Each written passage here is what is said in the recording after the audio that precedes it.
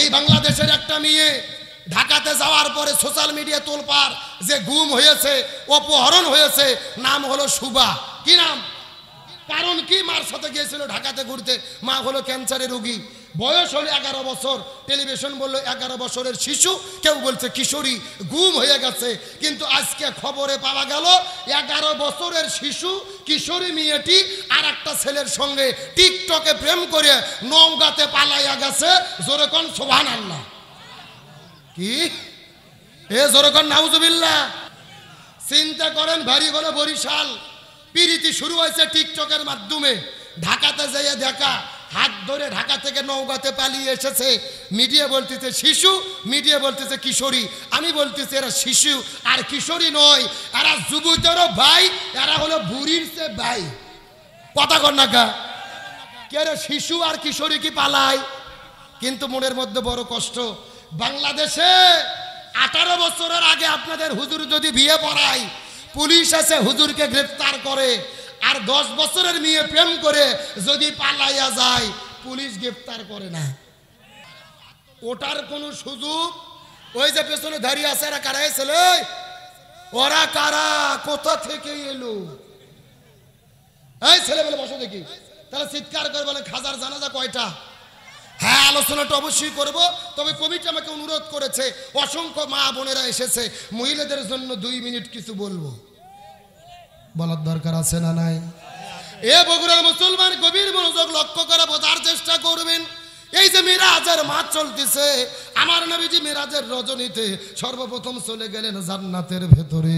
ওই জান্নাতে যাওয়ার পরে, জান্নাত পরিভ্রমণ করার পরে, জান্নাত থেকে বের হওয়ার পরে আস্তে করে যখন তিনি জাহান্নামের মধ্যে চলে গেলেন। এ লাল লাল সাড়ে ভাই,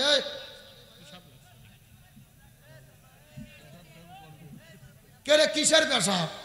আমি যদি সভাপতি বলি আপনি 5 মিনিট ওয়াজ করেন তো, আমি একটু পেশাব করে আসি, আমাকে জবাব দেবেন? বক্তার পেশাব না গেলে শ্রোতার এত পেশাব কিসে? বেশি পেশাব করা লক্ষণ ভালো না, ডায়াবেটিস হবে।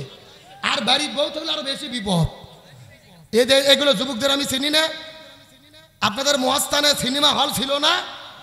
3 ঘন্টা সিনেমা দেখে পেশাব লাগলে ওঠে না, সিপি মেরে বসে থাকে। ওখানে থাকা গেলে এখানে এত কিসের পেশাব? ওটার কোন সুযোগ? এ বগুড়ার মুসলমান গভীর মনোযোগ লক্ষ্য করে বোঝার চেষ্টা করবেন। নবীজি জাহান্নামের মধ্যে যাওয়ার পরে লক্ষ্য করে দেখে হাজার হাজার মহিলাদেরকে আগুন দিয়ে দাউ দাউ দাউ দাউ দাউ দাউ করে জ্বালানো হচ্ছে। এই মহিলাগুলো চিৎকার করে চেঁচামেচি করতেছে। আর মহিলাদের মাথার ওপরে বসে কিছু কাকগুলো বসে থেকে তাদের মাথার মগজগুলো ঠুকুরে ঠুকুরে ঠুকুরে খাচ্ছে। এই দৃশ্য দেখার পর নবীজির মনটা বড় খারাপ হয়ে গেল। নবীজি জিবরাইলকে জিজ্ঞাসা করে বলেন, ও ভাই জিবরাইল, এই সমস্ত মহিলা কারা বলো তো দেখি।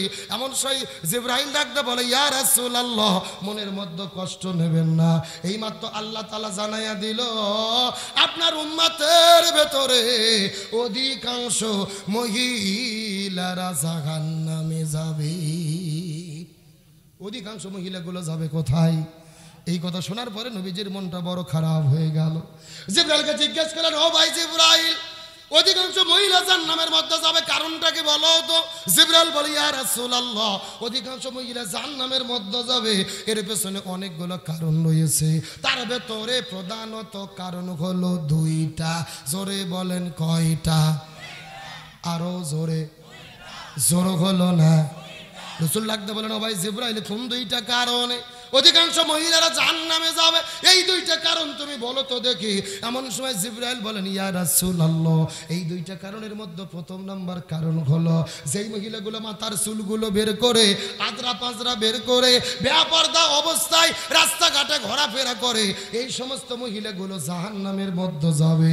তার মানে বোঝা গেল বেপরদা নারী যারা জাহান্নামে যাবে তারা এ শূন্যস্থান পূরণ বোঝেন না। জোরে, বেপরদা নারী যারা হচ্ছে না, পেছনকার লোক মুখই খুলতেছে না। কে রে ভাই, পর্দার মিছিল করতে আপনাদের ভয় ধরতেছে? এমন সাউন্ড দেন মহিলাদের প্যান্ডেল যেন পার হয়ে যায়। রাজি আছেন? জোরে, বেপরদা নারী যারা। এখন বলেন তো দেখি, পর্দার দরকার আছে না নাই? এ জোরে বলেন, পর্দার দরকার আছে না নাই? একমাত্র পর্দাই পারে নারীদেরকে হেফাজত করতে। পর্দা ছাড়া মহিলাদের নিরাপত্তা পাওয়ার কোনো সুযোগ। এই যে গত 3-4 দিন ধরে সোশ্যাল মিডিয়াতে দেখেছেন, এই বাংলাদেশের একটা মেয়ে ঢাকাতে যাওয়ার পরে সোশ্যাল মিডিয়া তোলপাড় যে গুম হয়েছে, অপহরণ হয়েছে, নাম হলো শুভা। কি নাম? কারণ কি? মার সাথে গিয়েছিল ঢাকাতে ঘুরতে। মা হলো ক্যান্সারের রোগী, বয়স হলো 11 বছর। টেলিভিশন বললো 11 বছরের শিশু, কেউ বলছে কিশোরী, গুম হয়ে গেছে। কিন্তু আজকে খবরে পাওয়া গেল 11 বছরের শিশু কিশোরী মেয়েটি আর একটা ছেলের সঙ্গে টিকটকে প্রেম করে নওগাঁতে পালাইয়া গেছে। জোরে কোন সুবহানাল্লাহ। কি এ জোরে কোন নাউজুবিল্লাহ। চিন্তা করেন, ভারী হলো বরিশাল, পিরিতি শুরু হয়েছে টিকটকের মাধ্যমে। ঢাকাতে যাইয়া দেখা, হাত ধরে ঢাকা থেকে নওগাঁতে পালিয়ে এসেছে। মিডিয়া বলতেছে শিশু, মিডিয়া বলতেছে কিশোরী। আমি বলতেছি এরা শিশু আর কিশোরী নয়, এরা যুবকেরও ভাই, এরা হলো বুড়ির সে ভাই। কথা কর না কা কে রে? শিশু আর কিশোরী কি পালায়? কিন্তু মনের মধ্যে বড় কষ্ট। বাংলাদেশে 18 বছরের আগে আপনাদের হুজুর যদি বিয়ে পড়ায়, পুলিশ এসে হুজুরকে গ্রেফতার করে। আর 10 বছরের মেয়ে প্রেম করে যদি পালাইয়া যায়, পুলিশ গ্রেফতার করে না। কথা কর না কে?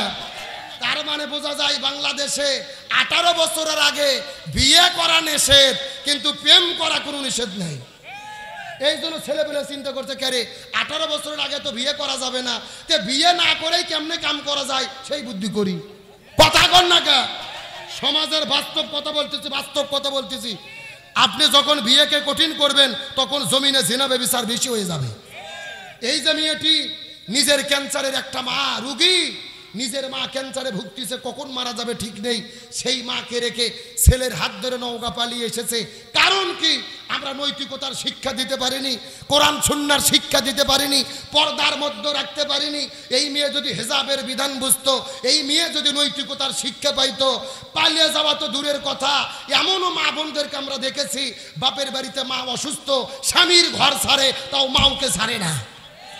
আর এদের আমরা কি শিক্ষা দিচ্ছি? মা পড়ে আছে হসপিটালে, ও আর একটা ছেলের হাত ধরে পালিয়ে গেছে। এই যে জম্মের মোবাইল, কথা কর না কে? এই মোবাইল শরীফ যার যার ছেলে মেয়ের হাতে দিয়েছেন, তাদের আর কোনো টেনশন নাই, বিয়ের কোনো ঘটক লাগবে না। কথা কর না কে? ওরা নিজেরাই ভটকালি করে নেবে। হাসেন না, সমাজের বাস্তব কথা বলতেছি। আপনার যদি টাকা পয়সা বেশি থাকে, আপনার ছেলের হাতে পিস্তল কিনে দেন, ও নিরাপদে থাকতে পারবে। একটা ভিডিও মোবাইল দিয়েছেন মানে আপনার ছেলে মেয়ের চরিত্র নষ্ট করেছেন। আপনার ছেলে এবং মেয়ে শীতের দিনে ল্যাপের নিচে সারা রাত দিয়ে চ্যাটিং করছে, ছিকবাজ দিয়ে। কার সাথে চ্যাটিং হচ্ছে 2-1 খোঁজ নিয়েছিলেন? বাবা হিসাবে খোঁজ নেওয়ার দরকার আছে না নাই? আফসোস করে বলতেছি, বর্তমানে বাংলাদেশের যে জামানা, ছেলে মেয়ের চরিত্র ঠিক রাখা বড় কঠিন। টাকা পয়সা দিতে পারবেন, স্কুলের খরচ দিতে পারবেন, কিন্তু ছেলে মেয়ের চরিত্র হেফাজত করতে পারবেন না। পিতা মাতাদেরকে বলে সাবধান, সাবধান হন। ছেলে মেয়ে কোথায় কি করতেছে খোঁজ রাখেন।